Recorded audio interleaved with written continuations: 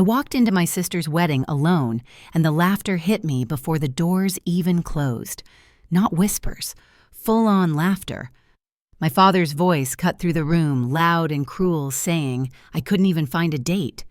I felt hands shove my shoulder. The marble floor vanished. Cold water swallowed me as I fell into the fountain. For a second, no one helped. They clapped. Grown adults applauded while I stood dripping, humiliated. I looked at my father, smiled through the water, and said one sentence I had practiced for years. Remember this moment, because what they didn't know was who walked in next. On the outside, my family has always looked flawless. The kind of family people point at and say they must have it all figured out. Big house, polished smiles, perfect holiday photos framed and updated every year. Inside that house, I learned early how to stay quiet. My younger sister grew up in the spotlight. Teachers adored her. Relatives bragged about her. My parents spoke her name like it was a prize they'd won. I was the other one, the responsible one, the one who didn't cause problems and didn't get noticed either.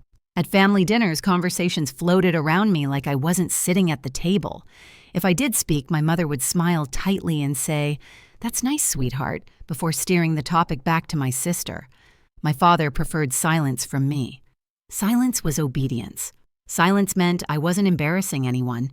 Birthdays were quick affairs, a cake from a grocery store, no candles some years. When I turned 16, my father forgot entirely. He remembered my sister's piano recital that night, though. I stood in the kitchen holding a plate, listening to applause echo from the living room. As I got older, I learned how to survive by being useful. I worked hard. I stayed disciplined. I built a career that demanded precision and calm, where mistakes mattered and emotions didn't get you far. Outside my family, that discipline earned respect. Inside it, nothing changed. By my early 30s, I'd stopped explaining myself to them. I stopped sharing achievements. I stopped correcting assumptions. It was easier to let them believe I was distant, difficult, too focused on work to build a normal life. That's why I showed up to the wedding alone. Not because I didn't have someone. Because I did. I just knew my family would never treat that part of my life with care. They would dissect it, compare it, measure it against my sister, and find it lacking somehow. So I kept it private, sacred, untouched by their opinions. When the invitation arrived, thick paper and gold lettering, I hesitated. I hadn't seen most of my relatives in over a year. I already knew how this would go. The looks, the questions, the quiet judgments. Still, I went, because some part of me needed to see if anything had changed, and another part of me needed proof that it hadn't. The venue was impossible to miss. Glass white flowers, soft music, drifting out into the afternoon air. Everything about it screamed celebration. I stepped inside and felt instantly out of place, like I'd walked into someone else's life by mistake. The first thing I noticed was the seating chart. My sister's name sat dead center, surrounded by our parents' close relatives and the people who mattered. My name was printed in smaller font pushed to the edge, a table near the back, not technically excluded, just relocated. I told myself not to care. I folded the escort card once, then again, sliding it into my clutch like it couldn't hurt me if I couldn't see it. As I walked toward my table, heads turned. Conversations dipped. I caught fragments as I passed. She came alone. I thought she was seeing someone. Still single, I guess. Someone smiled at me with the kind of pity that feels worse than cruelty. I smiled back because I'd learned that smiling kept things from escalating. At my table, distant relatives and acquaintances avoided eye contact, polite but curious. They asked safe questions. Work, traffic, weather. No one asked how I was. No one ever did. Across the room, my family laughed loudly. My father stood tall, glass in hand, soaking in attention. My mother leaned in close to my sister, adjusting something on her dress, her face glowing with pride. My sister caught my eye for a second. Her smile flickered. Then she looked away. I tried to focus on my breathing. The ceremony ended. Applause filled the room. Music shifted. People stood, moved, mingled. I stayed where I was, nursing a glass of water, watching dynamics I'd memorized years ago play out exactly the same. That's when my father started drinking faster. I noticed it because I always notice things like that. The slight change in his posture, the way his laughter grew sharper. his eyes drifting back to me again and again, like I was a loose thread he couldn't stop pulling at. A relative leaned down to whisper something to him. I couldn't hear it, but I saw his jaw tighten. His gaze locked on me. I felt it then, that familiar pressure in my chest, the warning signal. When my father stood up, the room responded automatically. Conversations quieted. Glasses paused mid-air. He had that effect on people. He always had. He cleared his throat and smiled the practiced kind that looked good from a distance. Families are about showing up for each other, he said loudly, about pride, about not letting personal shortcomings distract from the bigger picture. Some people chuckled unsure. I stayed still. His eyes found me. And sometimes he continued, voice hardening. You have to call things out when someone refuses to grow up. A few heads turned toward me now. I felt heat crawl up my neck. I knew in that moment that this wasn't a misunderstanding. This wasn't a slip. This was deliberate. And as he took a step in my direction, I understood something else too. He wasn't done. My father didn't lower his voice when he reached me. He didn't need to. The room had already bent around him waiting. He looked down at me like I was a disappointment he'd finally decided to address out loud. Still showing up alone, he said loud enough for the nearest tables to hear. At your sister's wedding of all days. A few uncomfortable laughs rippled through the crowd. Someone coughed. No one intervened. I felt my mother's eyes on me from across the room. She didn't move. My sister stared at the floor lips pressed together like this was none of her business. I stood up slowly, not to argue, not to defend myself, just to stand. I'm here to celebrate, I said evenly. This isn't the time. That should have been the end of it. It never was with him. He leaned closer, breath sharp with alcohol and anger. The time he scoffed. You've wasted enough time. No partner, no family of your own, just excuses and that job you hide behind. More laughter, louder this time. Nervous, but eager. I opened my mouth to speak, then closed it. I knew better. Any word from me would only feed him. That's when his hand hit my shoulder. It wasn't dramatic, just firm enough, just sudden enough. The world tipped. For a split second, I saw the ceiling lights blur. Then the air rushed out of my lungs as cold water swallowed me whole. My back hit stone. My dress ballooned, then clung heavy and useless against my skin. The shock stole my breath. When I surfaced, water streamed down my face hair, plastered to my cheeks. I heard gasps first, then clapping. Not everyone, but enough. Enough to make it clear I was alone. I gripped the edge of the fountain and pulled myself upright. My hands were shaking, but something inside me went eerily still. The noise faded. The sting faded. Even the humiliation dulled, like someone had turned the volume down on pain. My father stood there, chest rising and falling, jaw set. For the first time, I didn't see authority. I saw loss of control. I looked at him through dripping lashes and smiled. Not big, not angry, just calm. Remember this moment, I said quietly. He blinked, confused by my tone. A few people shifted uncomfortably. The clapping died. I stepped out of the fountain water, pooling at my feet, and walked away. No rush, no tears, just wet fabric and steady steps across an expensive floor. Inside, something old had finally collapsed, and something else had taken its place. I changed in the restroom down the hall. Someone had handed me a towel without meeting my eyes. Another person whispered that they were sorry, then disappeared. The mirror showed me a version of myself I barely recognized. Wet hair slicked back, makeup streaked thin, my hands steady. I dried my face, tied my hair, and stood there until the noise in my head settled. When I checked my phone, there was a single message waiting. On the way, no punctuation, no reassurance, just fact. I walked back into the reception with a calm that surprised even me. Conversation stumbled when people noticed I wasn't hiding. I took my place near the entrance, not the family table, not the back. Somewhere neutral, somewhere visible. Time moved differently then. 5 minutes felt long, 10 felt endless. My father avoided looking at me. My mother pretended nothing had happened, laughing too loudly with people who didn't know where to put their eyes. My sister kept smoothing the front of her dress like it might wrinkle if she stopped touching it. Then the air changed.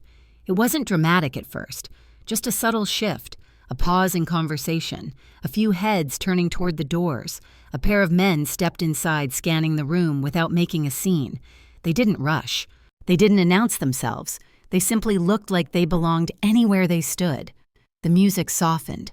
Someone near the bar went quiet mid-sentence. My father frowned and straightened instinctively, reaching for control. He took a step forward. "This is a private event," he said, voice sharp. "You can't just walk in here." One of the men didn't even look at him. He spoke quietly into his sleeve, then stepped aside. And then he walked in. I felt it before I saw him, that steady presence, that unmistakable sense of certainty. He wasn't dressed to impress. Dark suit, clean lines, nothing flashy. But people moved out of his way without being asked, not because he demanded it, because something about him made space. His eyes found me instantly. Relief hit my chest so hard it almost hurt. He crossed the room like it belonged to him, stopping only when he reached me. His hand found mine, warm and grounding. "Are you okay?" he asked softly. I nodded. "I am now." He kissed my forehead, quick and familiar, then turned to face the room with me still beside him. Not in front of me, with me. My mother stared at us like she'd missed a step in a dance. My sister's smile slipped. My father's confusion sharpened into suspicion. And who my father said slowly, "Exactly, are you?" The man beside me didn't raise his voice. He didn't need to. "I'm her husband," he said. "We've been married for a few years." Silence fell hard. Someone laughed too loud, too fast. "That's not funny." My husband didn't react. He simply waited. My mother found her voice first. "Haley," she said, smiling too tightly, "why are you doing this today?" I looked at her then, really looked. Doing what? "Creating a scene," she said. "On your sister's wedding day," my husband's hand tightened slightly around mine. He spoke before I did. "The scene already happened," he said calmly. "I just arrived after it." A man near the back pulled out his phone, scrolling furiously. His eyes widened. He whispered something to the woman beside him. She covered her mouth. My sister took a step forward. "This is ridiculous," she said. "She doesn't have a husband. She would have told us." "Would I?" I asked quietly. She froze. My father's face flushed. "You expect us to believe you married someone like him and never mentioned it?" My husband nodded once. "Yes." Why, my mother asked the word slipping out before she could stop it. I answered, "Because you don't listen. You compare. You minimize. And I wanted something in my life that didn't belong to this room." The murmurs grew louder now, pieces connecting. Someone said my husband's name under their breath like they were testing it. Someone else said it louder. A third person gasped. My father went pale.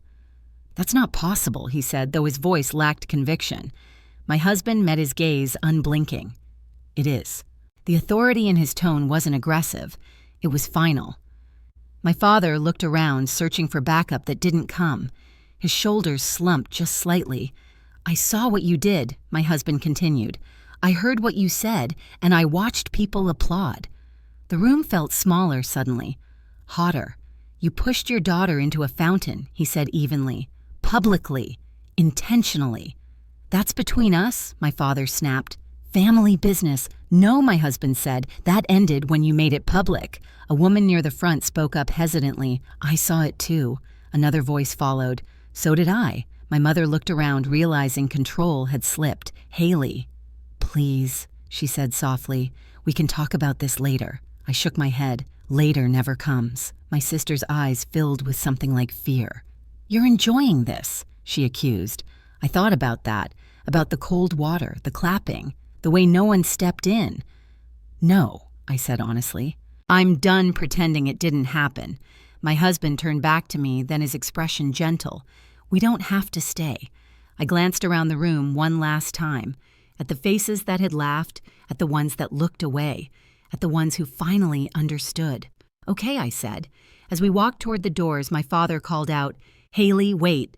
I stopped, but didn't turn. "You're making a mistake," he said. "You're embarrassing us." I looked back then, calm, clear. "You already did that," I said. "I'm just not carrying it anymore." We walked out together. The doors closed behind us, sealing off the noise, the whispers, the collapse of a story my family had told for years.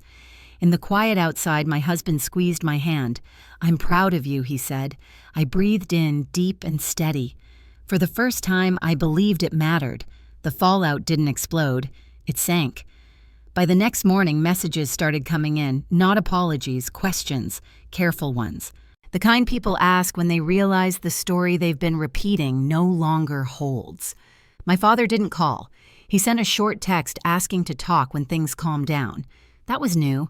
Control had always come from volume with him. Silence meant he'd lost the room. My mother reached out twice, then stopped. I heard later that friends had begun to distance themselves, uncomfortable with what they'd witnessed. Image once cracked doesn't mend easily. My sister avoided me. When we finally spoke weeks later, she didn't argue. She just said she needed time. I didn't offer reassurance. For once, I let her sit with discomfort. What surprised me most was how light everything felt. No rage buzzing under my skin, no urge to prove anything, just clarity. I didn't cut my family off completely. I didn't punish them. I simply changed the rules. No public performances, no comparisons, no dismissing what I do or who I am. If those boundaries were crossed, I left, quietly, immediately. Some adjusted, some didn't. And I was okay either way. At home, life returned to its steady rhythm. Coffee in the mornings, work that mattered, evenings where I wasn't bracing myself for judgment. The humiliation didn't define me anymore. It became the moment I stopped carrying what was never mine to hold. For a long time, I thought family approval was the proof that I mattered. Now I know better. Your worth doesn't come from people who only love you when you're small, quiet, or useful. Sometimes the strongest thing you can do is step back and let the truth speak for itself. If you've ever been hurt by your own family, you're not alone. Share your story in the comments and subscribe so you don't miss the next one.